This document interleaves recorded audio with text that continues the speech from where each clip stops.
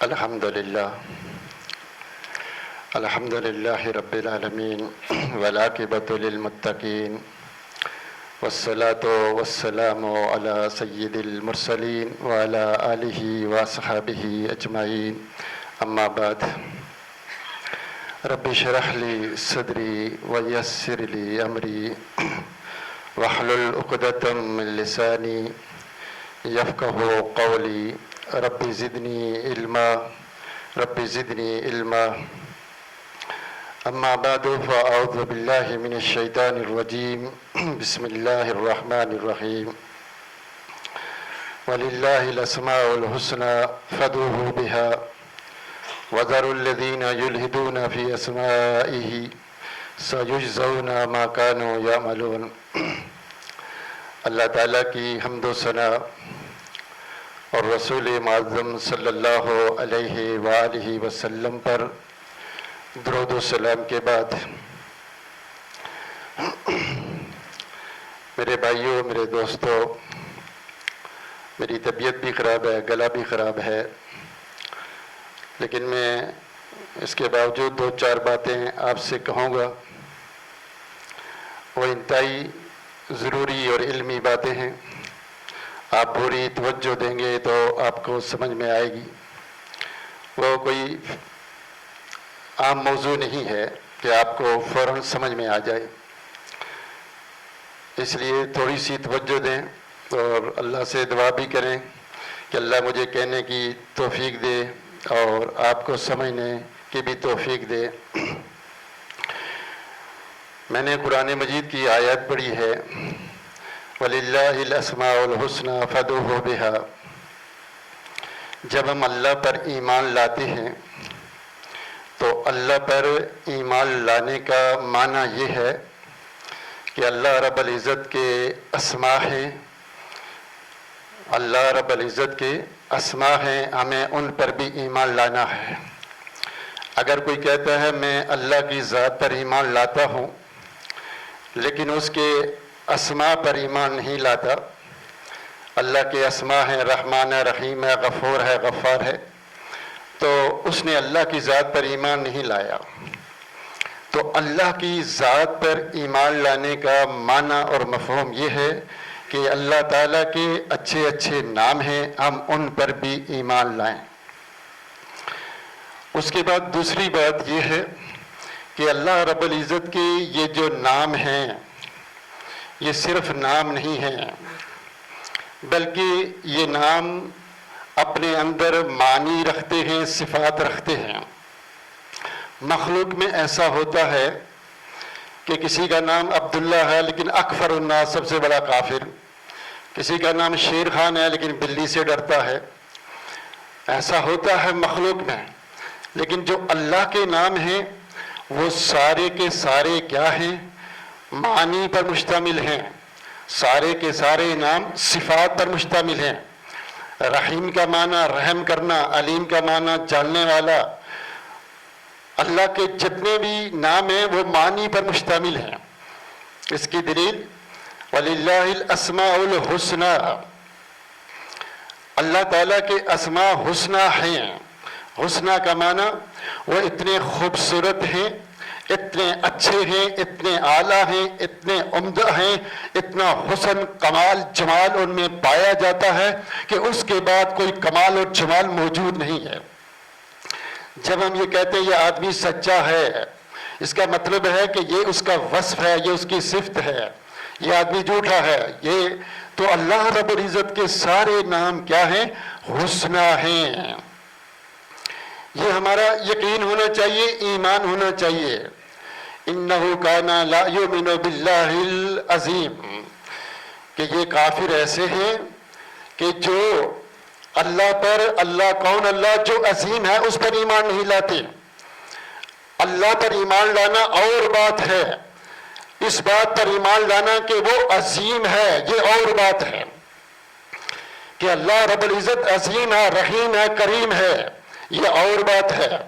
وَرَبُّكَ الْغَفُورُ ذُو الرَّحْمَةِ، تیرا رب غفور ہے، جہاں اللہ کا نام رحیم ہے وہاں ذو الرحمہ، وہ رحم کرنے والا بھی ہے۔ استغفروا ربکم انہ کان غفارا، اپنے رب سے بخشش طلب کرو کیونکہ وہ غفار ہے۔ جب وہ غفار ہے ہی نہیں، اس کا کوئی وصف ہی نہیں، معنی اسماء صرف نام ہے جیسے لوگ کہتے ہیں، معنی نہیں ہے، تو یہ کہنے کا کیا مطلب ہے کہ استغفروا ربکم انہ کان غفارا، کہ وہ بخشنے والا ہے، رحم کرنے والا ہے۔ پھر یہ اسماء و صفات اللہ رب العزت کی تعریف ہے۔ اللہ قرآن میں اپنے اسماء کا ذکر کر کے اپنی تعریف، اپنی مدح، اپنی ثنا بیان کرتا ہے۔ یہ اللہ کی تعریف ہے، عظمت ہے، یہ اللہ کے نام، هو العلی العظیم، سبح اسم ربک الاعلی، رحمان رحیم غفور احد صمد، یہ سب اللہ رب العزت کی مدح و ثنا ہے۔ اور پھر عربی زبان میں جس کی جو دیکھتا نہ ہو اس کو بصیر نہیں کہتے، جو سنتا نہ ہو اس کو سمیع نہیں کہتے۔ اللہ رب العزت نے اپنے آپ کو قرآن میں سمیع اور بصیر کہا ہے۔ ایسا نہیں ہے کہ اللہ سنتا نہیں، دیکھتا نہیں، بولتا نہیں، اور اللہ رب العزت کیا ہے، کلام کرتا ہے، وَكَلَّمَ اللَّهُ مُوسَىٰ، یہ آ گیا نہیں۔ جہاں جو الفاظ اللہ رب العزت کے بارے میں آئے ہیں ان کے معنی ہیں، ان کے مفہوم ہیں، تو اس لیے ہم یہ ایمان لاتے ہیں اللہ کی ذات پر، اور اس بات پر بھی ایمان لاتے ہیں کہ اس کے اسماء ہیں، اور وہ اسماء حسنہ ہیں۔ حسنہ کا معنی کہ ان کے معنی ہیں، ان کے مفہوم ہیں، اس کا معنی اور مفہوم ہے، ان کے ذریعے اللہ کی عظمت اور کبریائی اور بڑائی بیان کی جاتی ہے۔ دنیا میں ایسا نہیں ہے، اہل عقل، اہل علم اس بات پر متفق ہو چکے ہیں کہ کوئی ذات ہو اور اس کی کوئی صفات نہ ہو، اسماء نہ ہو، یہ ہو ہی نہیں سکتا۔ اس کے صفات ہوگی، وہ صفات کیسی، جیسے اس کو زیب دیتی ہیں۔ ایسا نہیں ہے کہ ذات ہو، ہم اللہ کی ذات پر ایمان لائیں لیکن کہیں کہ اس کے اسماء و صفات نہیں، یہ ممکن ہی نہیں ہے۔ اہل عقل، اہل علم اس بات کو برداشت نہیں کرتے، قبول نہیں کرتے ہیں۔ وَلِلَّهِ الْأَسْمَاءُ الْحُسْنَى فَادْعُوهُ بِهَا، اس اللہ کو پکارو ان ناموں کے ذریعے، ان کو وسیلہ بناؤ کہ اللہ تو رحمان ہے، مجھ پر رحم کر۔ پیروں فقیروں کو نہیں وسیلہ بنانا، وسیلہ اللہ کو راضی کرنے کے لیے اسماء حسنہ کو وسیلہ بنانا، ان کا واسطہ دینا ہے، ان کا آپ نے کیا کرنا ہے، واسطہ دینا ہے۔ یاد رکھنا ایک بات اور کہ یہ جو اسماء ہیں، یہ جو اللہ رب العزت کے اسماء ہیں اور صفات ہیں، آپ اللہ رب العزت کو صفات فدعوا بها، یہ دعاء العبادہ، دعاء المسئلہ، دو ہے مسئلے۔ دعاء العبادہ جیسے آپ کہتے ہیں عبداللہ، عبد الرحمن، عبد السمیع، عبد البصیر، یہ بات آپ صفات کے ساتھ نہیں لگا سکتے کہ اللہ کی صفت رحمہ عبد الرحمہ، اللہ کی صفت حکمہ ہے عبد الحکمہ، اللہ تعالیٰ کی صفت ہے متکلم عبد المتکلم، اللہ کی صفت المجی ہے عبد المجی، عبد الوجہ، عبد الید۔ صفات کے ساتھ ابدیت نہیں لگا سکتے، صفات کے ساتھ ابدیت نہیں۔ ابدیت کا لفظ کس کے ساتھ آئے گا؟ اللہ رب العزت کے اسماء کے ساتھ، عبداللہ، عبد الرحمن، عبد الغفور، یہ ان کے ساتھ آئے گا۔ صفات وہ ذاتیہ ہوں، فعلیہ ہوں، خبریہ ہوں، جو بھی ہوں، ان کے ساتھ لفظ ابدیت نہیں آئے گا۔ بہت سارے نام رکھتے ہیں عبد المتکلم، متکلم اللہ کا نام نہیں ہے، اس سے بچیں، کیونکہ اللہ رب العزت کہتے ہیں یعبدوننی ولا یشرکون بی شیئا، یعبدوننی، وہ میری عبادت کرتے ہیں۔ ابدیت، چونکہ اللہ تعالیٰ کے نام دو چیزوں پر دلالت کرتے ہیں، ایک اللہ کی ذات اور ایک اس کے صفات پر، لیکن اللہ کی صفات صرف ایک چیز پر دلالت کرتی ہیں، معنی پر، ذات پر نہیں۔ اللہ رب العزت کی جو صفات ہیں وہ صرف ایک چیز پر دلالت کرتی ہے، کس پر؟ معنی پر، مفہوم پر، ذات پر نہیں، ذات پر نہیں۔ اس لیے اللہ تعالیٰ کے اسماء ذات اور صفات دونوں پر دلالت کرتے ہیں۔ صفات ذات پر دلالت نہیں کرتی، صرف معنی پر دلالت کرتی ہیں۔ اس لیے آپ عبداللہ، عبد الرحمن تو کہہ سکتے ہیں، عبد المتکلم، عبد المجید نہیں کہہ سکتے۔ بات سننا مشکل ہے، سمجھ آ جائے گی۔ فدعو بہا، آپ کیا تعوذ کر سکتے ہیں، استعاذہ کر سکتے ہیں۔ اعوذ بعزت اللہ و قدرتہ من شر ما جد و حاضر، تعوذ پڑھ سکتے ہیں۔ آپ قسم بھی اٹھا سکتے ہیں، حلف بھی، اعوذ احلف بعزت اللہ، بکلام اللہ، بوجہ اللہ، یہ جائز ہے۔ لیکن اللہ رب العزت کے لیے پکارنا یا رحمہ یا وجہ یا ید یا متکلم، پکارا بھی اللہ کے ناموں کے علاوہ، پکارنا بھی اللہ کے ناموں کے علاوہ جائز نہیں ہے۔ آج جب بھی پکاریں گے تو کہیں گے یا رحمان یا رحیم، یا رحمہ نہیں کہہ سکتے، یا حکیم کہہ سکتے ہیں، یا حکمہ نہیں کہہ سکتے، یا غفور کہہ سکتے ہیں، یا مغفرہ نہیں کہہ سکتے۔ کیوں؟ ادعونی استجب لکم، ادعونی مجھے پکارو، میں تمہاری دعاؤں کو قبول کروں گا۔ اللہ کی ذات، چونکہ اسماء ذات اور صفات دونوں پہ دلالت کرتے ہیں، چونکہ اللہ تعالیٰ کے نام، اللہ تعالیٰ کی ذات اور صفات دونوں پر دلالت کرتے ہیں، اور اللہ کی صفات اللہ کی ذات پر نہیں بلکہ معنی پر دلالت کرتی ہیں، صرف معنی پر۔ اس لیے جب آپ ابدیت کا لفظ استعمال کریں یا پکارنے کا، اللہم دعا کرتے ہیں، دعا کریں تو صرف اسماء الحسنہ سے کریں، صفات سے نہ کریں۔ کس سے کریں؟ صفات سے نہ کریں۔ یہ الگ بات ہے، آپ کہتے ہیں یا اللہ مجھے بخش دے، یا اللہ ارحم علیہ، آپ نے یہ کہہ کر اللہ کے اسماء الحسنہ سے آپ اللہ کو نہیں پکارا، اللہ کے اسماء الحسنہ کا واسطہ نہیں دیا کہ آپ کی دعا قبول ہو۔ اللہ کہتا ہے وَلِلَّهِ الْأَسْمَاءُ الْحُسْنَى فَادْعُوهُ بِهَا، میرے ناموں کے ذریعے مجھے پکارو۔ آپ کہتے ہیں یا خدا مجھ پر رحم کر، یا صحیح مجھ پر رحم کر، اے پیدا کرنے والے مجھ پر رحم کر۔ آپ نے اللہ کو اسماء کا واسطہ ہی نہیں دیا۔ جب آپ اللہ کو پکاریں تو کس طرح کہیں یا رحمان یا رحیم ارحم علیہ، اللہ کے ناموں کا واسطہ دے پہلے۔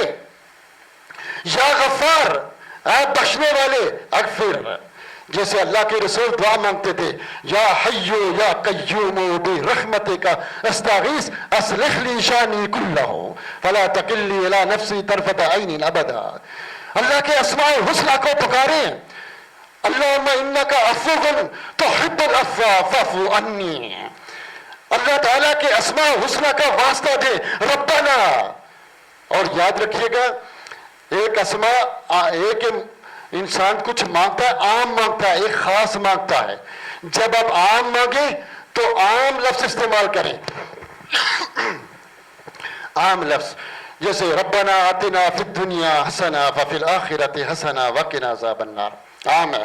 لفظ رب لایا چونکہ رب اللہ تعالیٰ کے سارے اسماء و صفات، اللہ تعالیٰ کی ساری صفات فعلیہ پر مشتمل ہے۔ اس طرح یا حی و قیوم، یہ اللہ تعالیٰ کی ساری صفاتیں فعلیہ و ذاتیہ پر مشتمل ہے۔ آپ مانگ رہے ہیں، عام الفاظ استعمال کر رہے ہیں رب، لیکن جب آپ نے کچھ خاص مانگنا ہے تو یا صرف خاص لیں یا عام اور خاص دونوں کو جمع کر لیں کہ اللہم یا غفار ارحم، اللہم یا غفار اغفر، اے اللہ تو غفار ہے، مجھے بخش دے، مجھے بخش دے۔ پہلے عام لے کر آئیں یا اللہ یا پھر یا رحمان، کوئی بھی لفظ، یا رب، اس کے بعد خاص لفظ جو اس کے ساتھ مناسبت رکھتا ہے۔ آپ رحم مانگتے ہیں تو رحم کا حوالہ دیں، یا رحمان ارحم علیہ، بخشش چاہتے ہیں، رزق چاہتے ہیں، یا رزاق ارزقنی، وہی لفظ استعمال کریں۔ یہ مناسبت سے یہ وسیلہ ہے، یہ نہیں مانگ آپ کچھ اور رہے ہیں، نام آپ کچھ اور لے رہے ہیں۔ وہ نام یاد کریں، جو چیز چاہیے اسی چیز کا نام کو لے کر حوالہ دیں۔ یہ آپ نے کیا ہے وَلِلَّهِ الْأَسْمَاءُ الْحُسْنَى فَادْعُوهُ بِهَا۔ جیسے آپ کو معافی چاہیے تو کیا ہے، کیا لفظ ہے، اللہم انک عفو، عفو اللہ کا نام ہے، تحب العفو فاعف عنی۔ یہ نہیں ہے کہیں اللہم انک عفو تحب العفو آتنی اولاد، مجھے اولاد تھی. یہ کوئی مناسبت نہیں ہے، یہ مناسبت نہیں ہے. وہ چھوڑ، وہ مفہوم معنی وہی پیدا کرے، پھر اسماء عام بھی لائیں خاص بھی لائیں، پھر اللہ رب العزت سے مانگے وہ عطا کرے گا. وہی مفہوم عام اور خاص. اس لیے جب ہم کہتے ہیں وَلِلَّهِ الْأَسْمَاءُ الْحُسْنَى فَادْعُوهُ بِهَا، کہ اللہ رب العزت کو پکارو، ان ناموں کے ذریعے پکارو. میرے بھائیوں، میرے دوستو، دیکھیے ہم بہت سارے ساتھی ہیں، اٹھتے بیٹھتے لکھتے چلتے پھرتے لفظ خدا استعمال کرتے ہیں. کچھ جو پڑھے لکھے انگریزی ہیں وہ گاڈ استعمال کرتے ہیں. کیا گاڈ اللہ رب العزت کا نام ہے؟ کیا خدا اللہ رب العزت کا نام ہے؟ اللہ رب العزت کے نام توقیفی ہیں. توقیفی سے مطلب کیا ہے؟ کہ اللہ کے وہی نام ہیں جو قرآن میں ہیں یا صحیح حدیث کے اندر ہے. جو قرآن میں ہیں یا صحیح حدیث کے اندر موجود ہیں، بس وہی نام ہیں. اس کے علاوہ اور بھی نام ہوں گے، ہم ان ناموں کا انکار نہیں کرتے. پہلی کتابوں میں تورات انجیل میں مختلف زبانوں میں نام ہیں. جیسے کہ اللہ نے کئی رسول بھیجے، کچھ ناموں کے رسول ہمیں کچھ رسولوں کے نام ہمیں بتائے اور کچھ رسولوں کے نام ہمیں نہیں بتائے. اور کوئی کہے جناب یہ بھی اللہ کے رسول کا نام ہے، ہم اس سے دلیل مانگیں گے. ہم اس سے کیا کریں گے؟ دلیل مانگیں گے. قرآن و سنت سے دلیل دے تو الحمدللہ، تو ہم اس نام کی نہ تکذیب کریں گے نہ تصدیق. چونکہ جو پہلے شریعت ہے، تو پہلے موسیٰ عیسیٰ جتنی شریعتیں گزری ہیں ان کے بارے میں کیا حکم ہے. اگر وہ ہمارے دین کے مطابق ہے تو ہم قبول کریں گے، اگر ہمارے دین کے مخالف ہے تو ہم رد کر دیں گے. نہ قبول میں ہیں، نہ مخالف ہیں، نہ حمایت میں ہیں، تو ہم لا نصدق ولا نکذب، نہ تصدیق کریں گے نہ تکذیب کریں گے. تصدیق اس لیے نہیں کریں گے کہ ان کے اندر تحریف ہو چکی ہے، ان کے اندر کتابوں میں تحریف ہو چکی ہے. تکذیب اس لیے نہیں کریں گے کہ شاید وہ اللہ کا نام ہو، شاید وہ اللہ کا نام ہو. تو اس لیے نام ہیں. اللہم انی عبدک و ابن عبدک، اللہم انی عبدک و ابن عبدک و ابن امتک ناصیتی بیدک ماضٍ فی حکمک عدلا فی قضاک اسألک بکل اسم هو لک سمیت به نفسک او انزلتہ فی کتابک او علمتہ احدا من خلقک او استأثرت به فی علم الغیب عندک. اب پتہ ہے آپ کو دعا، یعنی اللہ کے پاک نام ہے جو خزانے میں چھپا کے رکھے، کسی کو نہیں بتائے.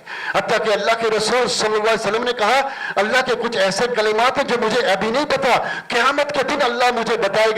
جب میں سر سجدے میں رکھوں گا پھر وہ مجھے کلمات الہام کیے جائیں گے، میں ان کلمات کے ساتھ اللہ کی تسبیح بیان کروں گا. پھر اللہ کہے گا ارفع راسک سل توتا.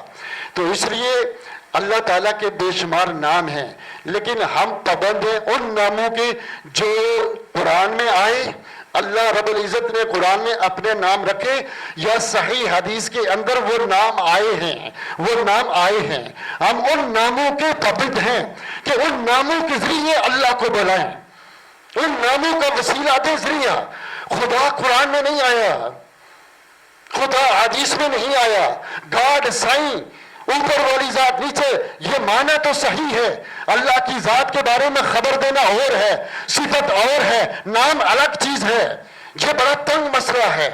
اس کے لیے نص کا ثبوت ہونا بہت ضروری ہے کہ قرآن میں اور صحیح حدیث میں موجود ہو، پھر اللہ رب العزت کو پکاریں. تو اس لیے میرے بھائیوں، یہ یا خدا مجھ پر رحم کر، آپ نے اللہ کا نام دیا ہی نہیں ہے. اللہ کا نام لیں، وہ نام جو آپ کے کام کو بناسبت رکھتا ہے، آپ کو کام کو بناسبت رکھتا ہے، اس نام کو لے نام. پھر کہنا یا رزاق ارزقنی، اے رزاق مجھے رزق دے، یا رحمان ارحم علیہ، یا غفار اغفرنی. پھر کہیں کہ اللہ تو بخشنے والا ہے، مجھے بخش دے. پھر اللہ خوش ہوتا ہے ادعونی استجب لکم. پھر اللہ کا وعدہ ہے مجھے پکارو میں قبول کروں گا اسماء کے ذریعے، کیونکہ ذات و صفات پر دلالت کرتے ہیں. میرے بھائیوں، میرے دوستوں، آپ جانتے ہیں کہ دنیا میں یہ اسماء و صفات کے جتنے منکر آئے ہیں، آپ کو یہ مسئلے بڑے عجیب اور مشکل لگ رہے ہوں، میں بھی جانتا ہوں، بہت کم لوگوں کو سمجھ میں آتی ہے. لیکن آپ کو آخر میں ایک بات بتا دیتا ہوں کہ یہ جب مسلمان فلسفیوں سے متاثر ہوئے، ان کی منطق اور فلسفے پڑھنے شروع ہوئے، یہ جتنے فلسفیوں کو آپ دیکھیں، یہ ارسطو، افلاطون، یہ جتنے بڑے بڑے گزرے ہیں عقلانی، یہ اللہ کو مانتے تھے، لیکن اللہ کو ایسے مانتے تھے کہ اللہ کی کوئی صفت نہیں ہے، کوئی اسما نہیں ہے، اللہ کی اسماء و صفات کا انکار کرتے تھے۔ پھر آگے فیجل اور کانت اور یہ دوسرے جب آئے، وہ کہنے لگے ہم ایسے اللہ کو کیسے مانیں، ایسے اللہ کو کیسے مانیں جس کا کوئی صفت نہیں، کوئی اسما نہیں، ایسا اللہ ہو ہی نہیں سکتا جو نہ دکھائی دیتا ہے، نہ سنائی دیتا ہے، نہ چکھا جاتا ہے، نہ چھوا جاتا ہے، نہ سونگا جاتا ہے، اور اس کا تم کہتے ہو کوئی اسما نہیں، کوئی صفات نہیں۔ ایسی ذات ممکن ہی نہیں کہ ہو سکے، ایسی ذات یہ ہو ہی نہیں سکتا کہ ہو، لایا تم جھوٹ بولتے ہو کوئی اللہ نہیں۔ انہوں نے اللہ کی ذات کا انکار کر دیا۔ یہ بات ان کی صحیح ہے، ایسا نہیں ہو سکتا کوئی ذات ہو اور اس کے اسماء و صفات نہ ہو۔ عقل بشری اس بات کو قبول کرنے کے لیے تیار ہی نہیں ہے، عقل انسانی نہیں مانتی کوئی ذات ہو اور اس کے اسماء و صفات نہ ہو، نہیں، ایسا نہیں ہے۔ اس لیے میں اکثر کہا کرتا ہوں، جو لوگ اپنے رب کو پہچاننا چاہتے ہیں، ایک پہچاننا وہ عوام کا ہوتا ہے، عوام سارے پہچانتے ہیں کیا خدا، بس سارے مانتے ہیں۔ ایک وہ پہچاننا جس سے حیا آئے، تقوی آئے، ڈر آئے، خوف آئے، خشیت آئے، محبت آئے، پیار آئے، وہ محبت، وہ پہچان صرف اسماء و صفات سے آ سکتی ہے۔ اور اسماء و صفات کو جاننے والا کبھی اللہ کا منکر نہیں ہو سکتا، کبھی داہریہ نہیں ہو سکتا اللہ کے حکم سے۔ ہمیشہ وہی لوگ داہریہ ہوتے ہیں، اللہ کے منکر ہوتے ہیں، جو اللہ کے اسماء و صفات کی ان کے نزدیک کوئی اہمیت نہیں ہوتی، کچھ نہیں جانتے، کچھ نہیں پہچانتے۔ میرا قادیانیوں سے ہمیشہ باتیں ہوتی رہتی تھی، میں انہیں کہا کرتا تھا، میرا اندازہ تجربے کی بنیاد پر میں نے انہیں کہا، مجھے کوئی ایسا قادیانی بتا دیں جو اہل حدیث ہو اور قادیانی ہو گیا ہو۔ یقین مانیے مجھے نہیں دکھا سکے۔ اس کی وجہ کیا ہے پتہ ہے آپ کو؟ اس لیے کہ اہل حدیث حدیث کو مانتا ہے، حدیث کو حجت مانتا ہے، قرآن کی طرح حجت مانتا ہے۔ قرآن ثبوت کے لحاظ سے پہلے درجے پر ہے، حدیث دوسرے درجے پر، لیکن حجت کے لحاظ سے دونوں برابر ہے۔ ایک مسئلہ قرآن سے ثابت، ایک حدیث سے ثابت، حجت کے لحاظ سے دونوں برابر ہے۔ ان کے نزدیک حدیث کی اہمیت ہے، حدیث کے نزدیک کہ عیسیٰ علیہ السلام آئیں گے، یہ ہوگا وہ ہوگا، لیکن جو غیر اہل حدیث ہیں ان کے نزدیک حدیث کی اتنی اہمیت ہے جتنی ہمارے ہاں تاریخ ہے، کہ یہ مان لیا نہ مانا تب بھی کوئی مسئلہ نہیں، خیر ہے، کوئی مسئلہ نہیں۔ دل چاہ اپنے مطلب کی حدیث ہوئی تو مان لی، نہ دل چاہ تو چھوڑ دیا، کوئی مسئلہ نہیں۔ انہوں نے جب یہ دیکھا کہ ایک آدمی دعویٰ کر رہا ہے میں نبی ہوں، حدیثیں جو رکاوٹ ہے، جو بریک ہیں قرآن کو سمجھانے میں، جو صحیح تشریح کرتی ہے، ان کی تو اہمیت نہیں تھی، اس لیے سیدھے قادیانی ہو گئے، دڑا دڑ قادیانی ہو گئے، کیونکہ حدیث کو چھوڑنے کی وجہ سے یہ ظلم ہوا۔ اسی طرح میرے دوستو، اگر آپ اللہ سے دوری چاہتے ہیں تو پھر اسماء و صفات کو چھوڑ دیں، کوئی مطالعہ نہ کریں، کوئی تقریر نہ سنیں، کہیں سمجھ نہیں آتی بھائی۔ وہ سارے ساتھی مجھے کہتے ہیں یہ توحید تو ہمیں نہیں آتی جو تو ہمیں بتلاتا ہے، کیا ہم جہمی ہیں؟ کیا ہماری توحید نہیں ہے؟ او بھائی، نہ میں تکفیر یا جہمی یہ فتوی نہیں دیتا، میں سکھا رہا ہوں، میں سمجھا رہا ہوں، میرا کام بیان کرنا ہے۔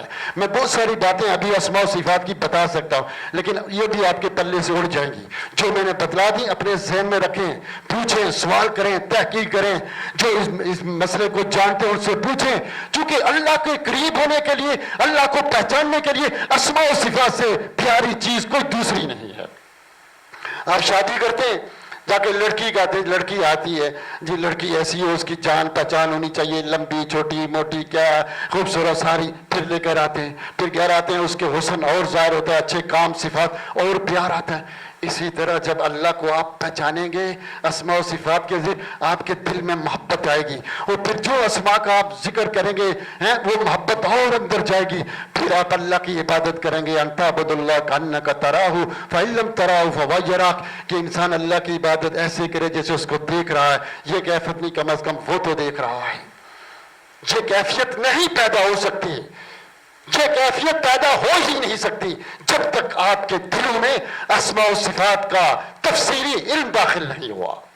اس لیے میرے بھائی، میرے دوست، میری گزارش ہے، میں بہت ساری باتیں کر سکتا ہوں، ایک دماغ یہاں رکھتا ہوں لمبا چوڑا، لیکن یہ زیادہ اصول ضابطے اس لیے نہیں بیان کر رہا ہوں. آج صرف ایک بات یاد رکھے، 2-3 باتیں بتائیں. ایک بات کیا کہ اللہ تعالیٰ کے جب ہم ذات پر ایمان لاتے ہیں، اللہ پر ایمان لانے کا معنی یہ ہے اللہ کی ذات پر کہ اللہ تعالیٰ کے اسماء ہیں. بغیر اسماء کی کوئی اللہ نہیں. اس اللہ کو ہم نہیں جانتے جس کے اسماء و صفات نہیں، اور وہ اسماء سارے کے سارے حسنہ ہیں، ان کے معنی ہیں.